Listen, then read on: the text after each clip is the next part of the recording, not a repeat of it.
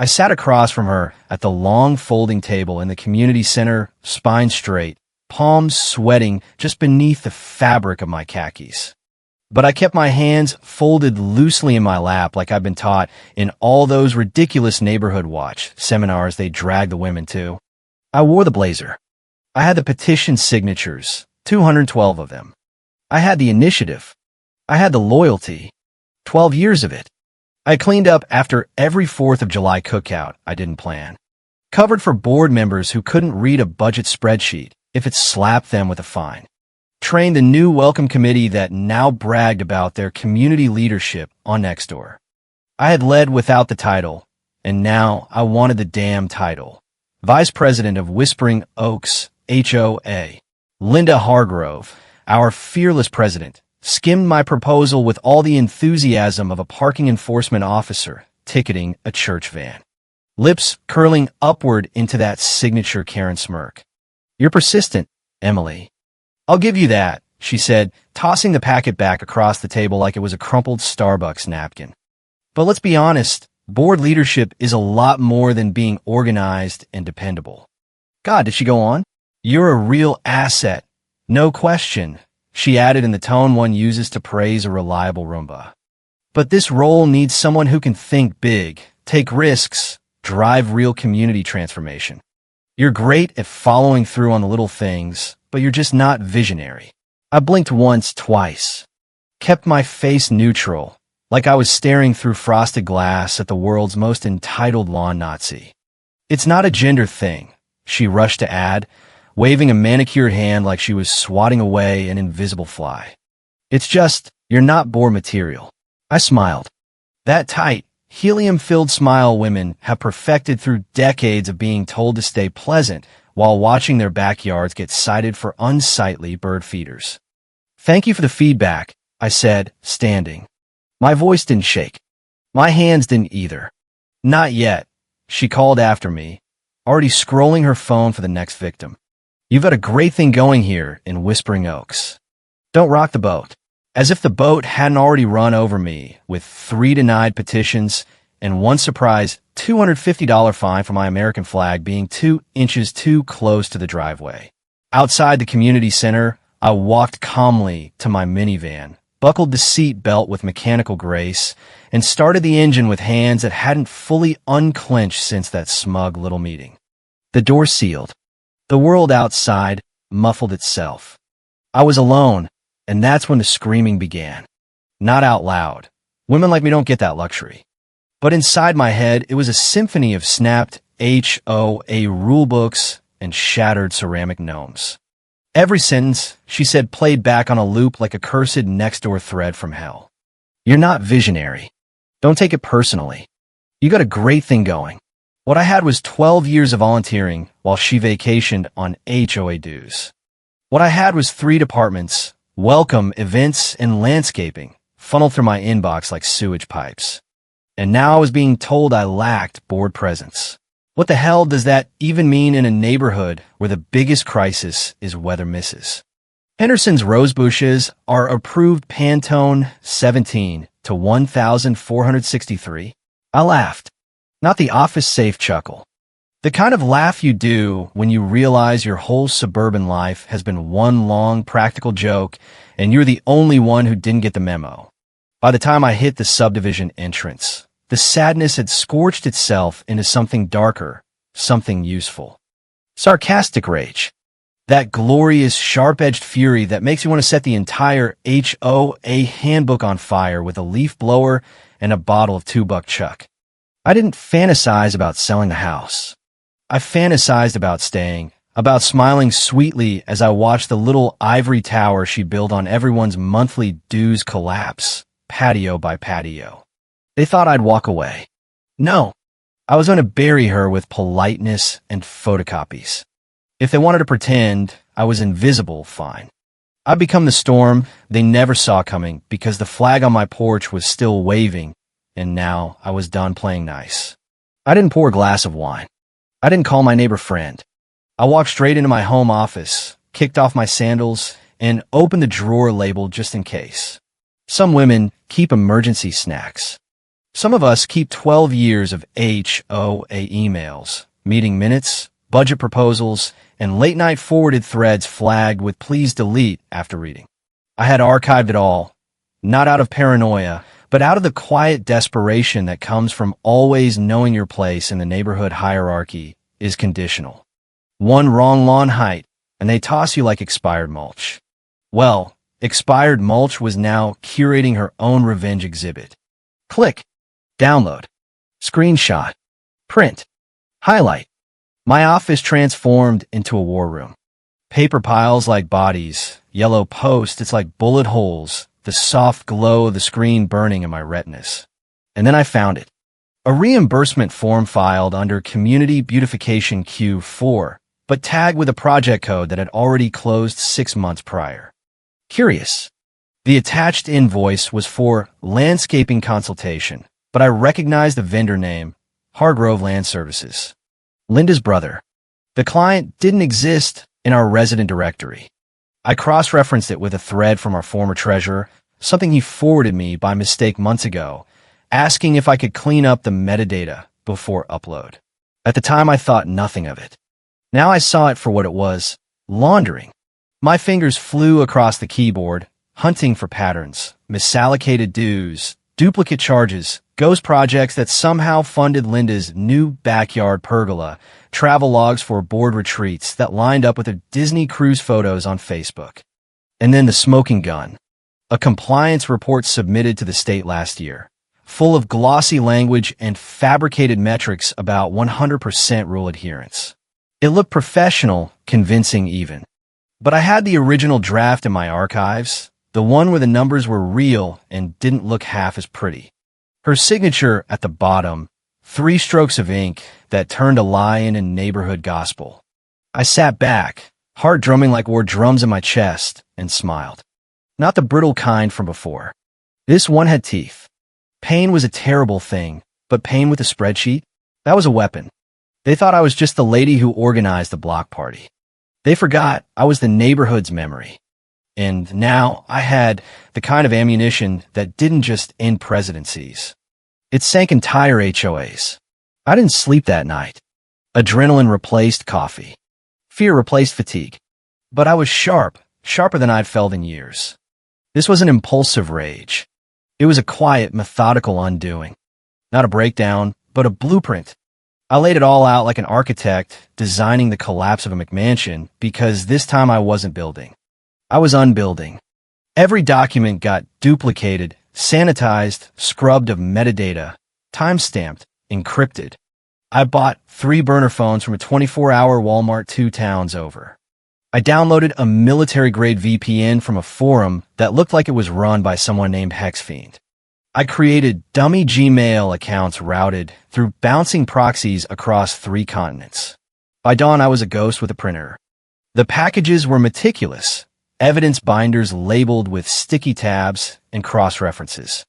Just enough context to show negligence, but not so much that it screamed vendetta. I split the evidence between multiple parties. 1 manila envelope to the state's Department of Community Affairs, HOA Oversight Division. 1 USB drive to the local news tip line. 1 thick packet addressed anonymously to every single household on our block. 200 copies. And the real prize?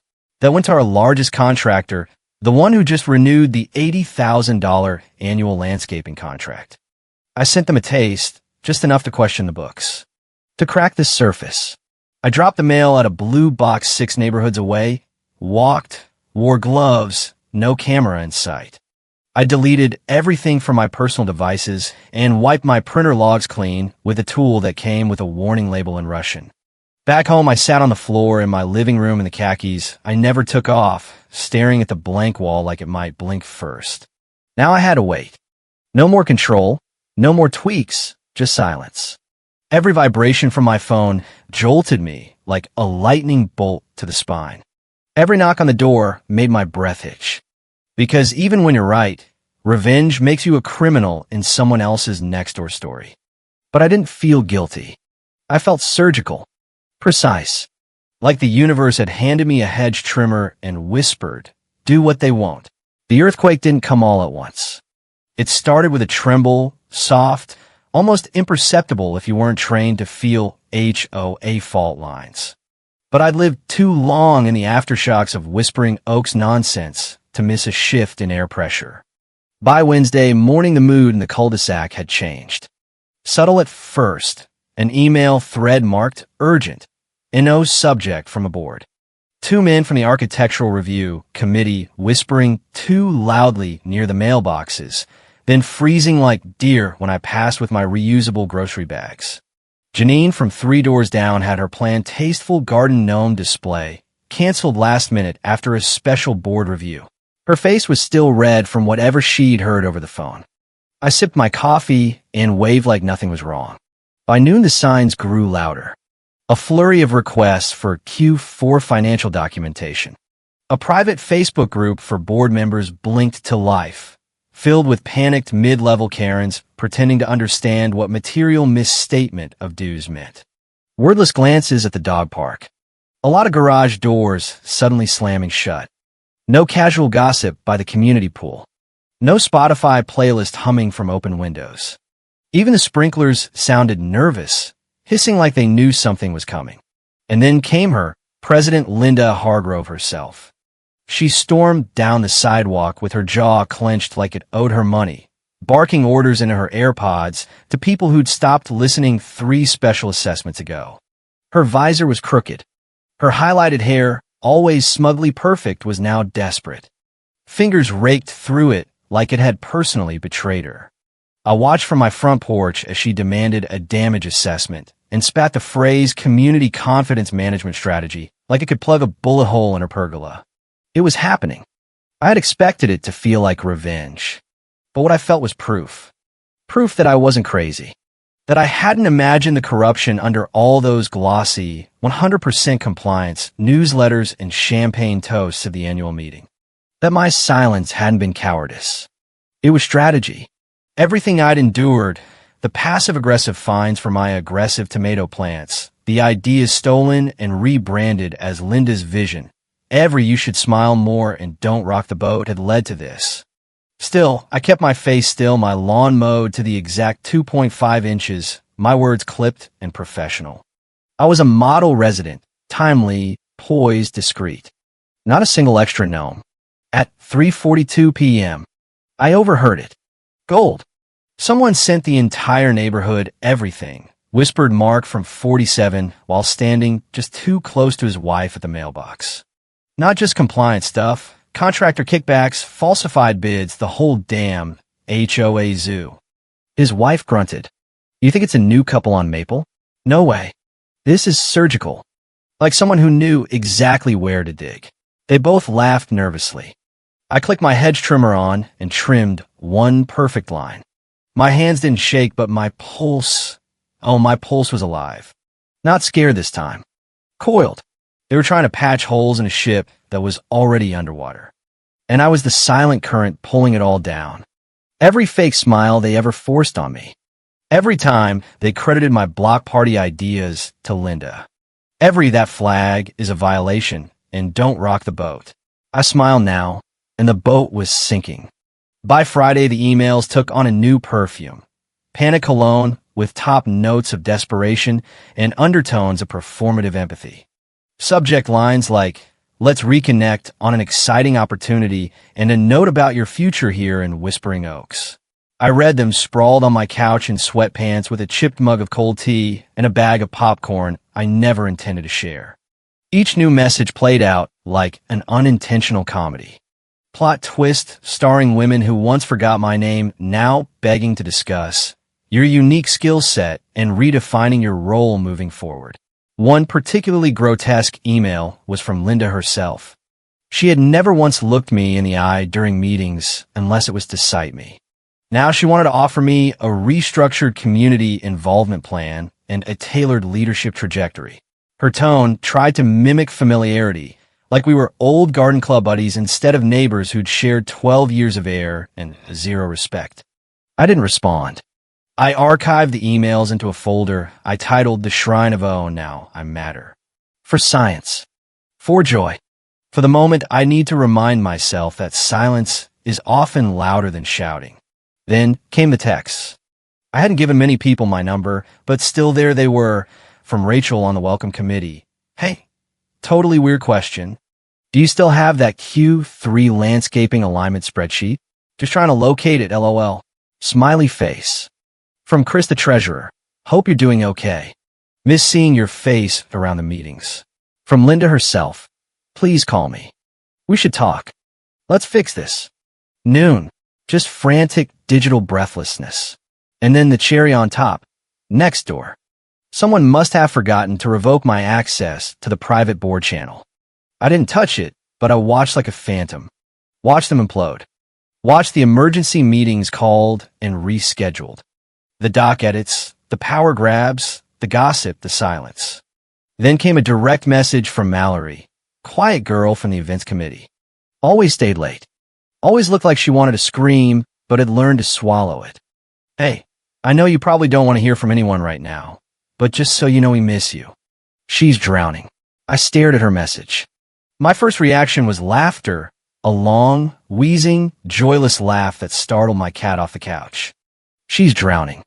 As if the ocean hadn't been poured by her own perfectly manicured hands. But beneath the humor was something rarer, older, something like grief. Because for all the chaos I had unleashed, what they didn't know, what Mallory couldn't know, was that I hadn't just lost a board seat. I had lost a belief. A belief that if I worked hard enough, stayed quiet enough, proved myself enough, I'd eventually be seen. Recognized. Valued. Instead, I became valuable only in absence. Now they missed the glue after breaking the vase with their own fines. I stared at Mallory's message. Typed, I know. Deleted it. Typed again. Don't let them pull you down with her. Deleted that too. Finally, I wrote. I see everything now. That's the difference. Thanks for the message. And I logged off Nextdoor for good. They say power is intoxicating. But let me tell you something they don't put in the HOA handbook. There's a special kind of high that comes from watching the people who once cited your porch light now beg through voicemail. It started with the emails, then the texts, but now they were calling. The first one came from the treasurer, a woman named Susan, who once rolled her eyes during a diversity in landscaping seminar when I asked why all the approved flowers were white. Now she was suddenly very invested in my unique journey. Hi, just reaching out to chat whenever you're ready. We're really hoping we can build a new chapter together. Leadership is taking everything very seriously. This is a chance to rebuild with you at the center. Delete. The second call came from the architectural review head who once forgot to invite me to my own petition review. We'd love to hear your thoughts on a potential co-president role. The title's yours if you want it. Total autonomy, flexible enforcement, whatever you need. I pressed in before he finished autonomy. I was learning to enjoy the sound of things collapsing without needing to lift a single hedge clipper. And then 3:14 a.m. My phone rang in the dark. It was her, Linda. I didn't answer, but she left a voicemail, her voice hoarse, stripped of arrogance. I imagined her in her corner office at City Hall, the one she somehow got the HOA to pay for, sleeves rolled up, visor discarded, hair rumpled like the illusion of control she used to wear. I know you're angry. I don't blame you. You were always 10 steps ahead of everyone here. I didn't see it, and that's on me. But we can fix this. Let's talk. No more issues. You want the vice president's seat? It's yours. Full board placement, stock, no wait, fee waivers, hell, whatever it takes. She paused. We can't do this without you. I sat up in bed. Phone glowing in the darkness like an offering. I didn't cry. I didn't rage. I simply listened to her fold. All those years I had begged for a seat at the table politely, professionally, invisibly. And now that the table was on fire, they wanted me to come back and pour the lemonade. I tapped delete. Not out of cruelty, but out of clarity. Because here's the truth. When they say we can't do this without you, what they really mean is we didn't care until we were scared. And I was done being their fear-induced fantasy. I wasn't their redemption arc. I was the consequence. There was no joy in it. No victory lap. Just a cold, clean silence where my dignity had once begged for scraps. I turned off the phone, set it on the nightstand, and stared at the ceiling. This wasn't a win I could post about on Nextdoor, but it was the first time in years I slept without grinding my teeth. The news hit the local paper on a Tuesday. Mid-morning. Not a whisper, not a rumor, a goddamn headline. Whispering Oaks, HOA understates scrutiny for fraudulent filings and financial misrepresentation. And beneath it, like a final exhale, sources confirm multiple board resignations and pending legal action. I read it once, then again. The truth looks surreal in serif font. 3 major contractors pulled their agreements within 48 hours. 2 regulators issued formal statements. One investor, yes, the HOA had investors now, called it a catastrophic breach of fiduciary trust. And the woman who told me I wasn't board material, she stepped down to focus on her family. Right? I didn't go on Nextdoor. I didn't gloat. I didn't send a single told you so text. Instead, I sat at my kitchen table with a bowl of cereal and watched the local news analysts speculate about systemic oversight failures in a neighborhood I had once kept afloat by sheer force of competence and caffeine. I watched as emails leaked, screenshots from internal group chats, anonymous quotes from mid-tier residents. We all knew something was off. Someone even posted a blurred photo of the community center bulletin board. My old petition still pinned there, now highlighted in red. A caption that read simply where it started. I didn't comment. I just saved the image. My own little war trophy. And still the chaos unraveled. Board members vanished. The treasurer went on extended leave. The architectural committee released a statement that might as well have been smoke signals from a burning McMansion. The subdivision itself was swarmed. Regulators, auditors, lawyers like crows picking apart a carcass in pastel polo shirts. Meanwhile, the residents, the ones who'd smiled through gritted teeth during the annual photo, were left wondering how the empire turned to ash overnight. The irony? They still didn't know it was me. I was the ghost in the machine, the quiet hand that rewired the fuse box and walked away before it sparked. And yet, in the wake of it all, something hollow throbbed beneath my ribs. I had won by every metric. The woman who humiliated me was publicly shamed. Her name dragged across local headlines and press statements. The institution that ignored me bled out in real time. Justice, retribution, exposure.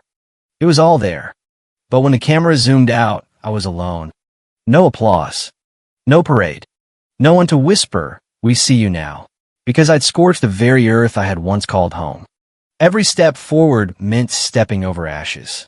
Vindication is never as warm as you think. It burns. But still, I didn't regret it. Some lawns have to burn before anything real can grow. And I wasn't done planting. The world didn't end with a bang. It ended with a vibration, a quiet hum from a phone on my nightstand, jittering across the wood like a dying insect. Again and again and again. I ignored it at first. I was reading, sipping lukewarm coffee, letting sunlight do that thing it does when it spills just right through the blinds, turning ordinary air into something almost holy. But the vibrations didn't stop. I finally reached over, lazily thumbing the screen to life. 82 missed calls. 12 from a board, 9 from legal, 1 from a block number I could only assume was Linda. The rest, names I hadn't heard in weeks. People who used to forget to reply all when it mattered. People who used to take credit in meetings and pass blame in the group chat. Now they wanted my voice, my absolution, my guidance. I smirked. Not the cruel kind, the cold kind. The kind forged in years of being overlooked, underfined, over-relied on, and underestimated. The kind that doesn't ask for validation because it is validation. I didn't answer. I didn't even swipe. Instead, I turned the phone face down. Silence. Not dramatic, not performative, just final. Because there was nothing left to say. No speech, no mic drop, no fantasy monologue. I had done what I came to do.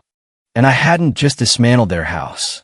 I had made sure the blueprints were unrecognizable. They wouldn't rebuild. Not with the same lies. Not on my back again. I stood up barefoot, the floor warm beneath me. Outside, the world carried on. A delivery truck passed. A dog barked. Somewhere a lawnmower roared to life. But inside me, everything had changed. I thought about all the times they called me too emotional, not assertive enough, too aggressive, not a team player, a little intense. They were right. I wasn't suited for the board. I was suited for their destruction. And I didn't burn bridges. I dismantled the terrain, salted the soil, made sure nothing like them could ever grow again. That was the thing they never understood. Some women aren't interested in climbing the HOA ladder. Some of us are busy pulling it apart rung by damn rung. And when we're done, we leave quietly. No fireworks, no press release, just a silence so sharp it echoes louder than any explosion. And in that silence, they finally hear. But the calls kept coming. By the next afternoon, my voicemail was full. I sat on the porch with a glass of iced tea and listened to them one by one, the way you might listen to a true crime podcast about your own life. Linda's voice cracked on the third message. Emily, please. The state auditor is here. They're asking questions about the pergola. I know we had our differences, but you always kept such good records. Just help me understand where these numbers came from. I'll make it right. You can have the seat. Hell, you can have a whole board. I pressed delete and took another sip. The ice clinked like tiny gavels. Across the street, I watched Linda's house for the first time in weeks. Yellow caution tape from the auditors fluttered around her mailbox like ironic party streamers. Her perfectly edged lawn, once the pride of the neighborhood, now sported 3 bright orange violation flags for excessive personal use of community funds. The irony was so thick you could spread it on toast. Mallory texted again. She's crying in the community center. Full meltdown. Wants to know if anyone saved the old financials. I told her I didn't know. Should I? I typed back one word, no, then blocked her. Not out of spite. Out of mercy. Some people need to learn how to swim without the lifeguard who was never paid. The neighborhood started to fracture in beautiful, predictable ways. The same residents who once nodded politely when Linda cited their holiday lights now formed a new private group chat titled Transparency Now. Petitions circulated, real ones this time, demanding an independent audit and term limits. Someone even planted a row of politically incorrect sunflowers in their front yard just to test the new relaxed enforcement rumors. No fine arrived. For the first time in 12 years, the air smelled like actual freedom instead of fresh-cut grass and passive aggression. I walked my dog past Linda's house that evening. She was standing on her porch in yoga pants and a visor that had seen better days, clutching her phone like a drowning woman. Our eyes met. For one brief second, the old smirk tried to surface, then collapsed. She opened her mouth, probably to offer me the vice presidency again, or maybe just to beg. I raised one finger to my lips, smiled the same tight smile she'd forced on me in that board meeting, and kept walking. No words, no scene, just the quiet click of my dog's leash and the sound of her empire settling into the dirt. Weeks later, the state issued its final report. Linda's name was redacted in the public version, but everyone knew. She resigned for health reasons. The new board, elected in a record turnout, immediately repealed the most ridiculous rules: the 2.5-inch grass mandate, the approved color-only door policy, the flag restrictions. My petition for the community garden passed unanimously. No one mentioned my name. They didn't have to. The empty chair at the head of the table said enough. I never took the seat. I never needed it. Some women spend their lives, try to fit the mold. I spent mine learning how to break it. And when the pieces fell, I made sure they spelled out a warning for the next Karen who thought she could rule a cul-de-sac with a clipboard and a superiority complex. The neighborhood looks different now. Lawns are still green, but the edges are a little wilder. Flags wave without fear. People talk to each other instead of about each other in group chats. And every time I drive past the community center, I see the new sign. Whispering Oaks, HOA, transparency first. I smile every time. Not the brittle kind. The real kind. Because somewhere in the archives of my old computer, there's still a folder labeled just in case. I haven't opened it since the night I sent those packages. I probably never will. But it's there. A quiet reminder that the system only works until someone who is never supposed to remember decides to start. They wanted me small, forgettable, a cog in their perfect suburban machine. They made the mistake of forgetting that cogs remember. And now, when the wind blows just right through the oaks and the flags snap in the breeze, I swear I can hear the faint sound of 1,000 deleted voicemails echoing across the lawns. In that silence, they finally learned the only rule that ever really mattered. Never underestimate the woman who kept the receipts. And somewhere in a house with a crooked pergola and 3 bright orange flags, Linda Hargrove is learning it too. The hard way. The satisfying way. The way that makes the rest of us sleep just a little better at night. Knowing that sometimes the quietest neighbor is the one holding the chisel. And we don't carve our initials. We carve the whole damn system down, rung by rung, until the only thing left standing is the truth. And in Whispering Oaks, the truth finally has room to grow.